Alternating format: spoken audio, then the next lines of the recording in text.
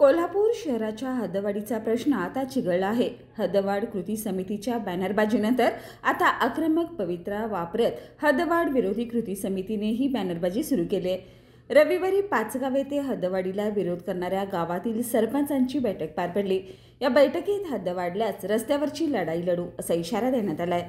यावेळी विरोधकांचा फलकही उभारण्यात आला. कोल्हापुरात कचरा, पाणी प्रश्न, रस्ते यासह वाहतूक कोंडी, आरोग्य व्यवस्था अशा अनेक समस्यांचा विचार करता शहरापेक्षा जास्त सुविधा उपनगरात मिळत आहेत. सध्या मूठभर लोकांनी हद्दवाढ व्हावी असा बालहट्ट बाजूला ठेवावा असं आवाहन हद्दवाढ विरोधी कृती समितीने केलंय.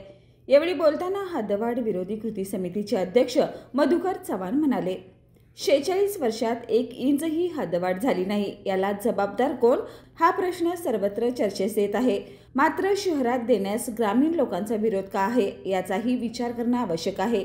आधी शहरातील लोकांना सोयी सुविधा देऊन शहराचा विकास करा, मगच हद्दवाढ करा.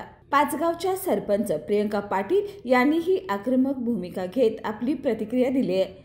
यावेळी गडमुडशिंगीचे तानाजी पाटील, कळंब्याचे सुमन गुरव, मोरेवाडी, वडणगे, सरनोबतवाडी, बालिंगाव, उजळईवाडी, वळीवडे, गांधीनगर, पीरवाडी, कंदलगाव, गडमुडशिंगी, गोकुळ, शिरगाव व शिंगणापूर या गावचे सरपंच, उपसरपंच व सर्व सदस्य उपस्थित होते.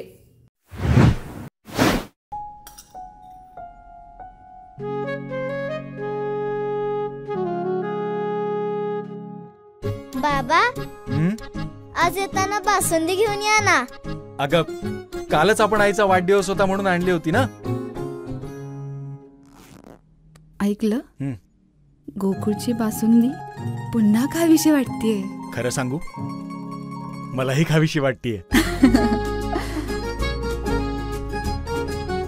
पुन्हा पुन्हा खावीशी वाटणारी गोकुळ बासुंदी.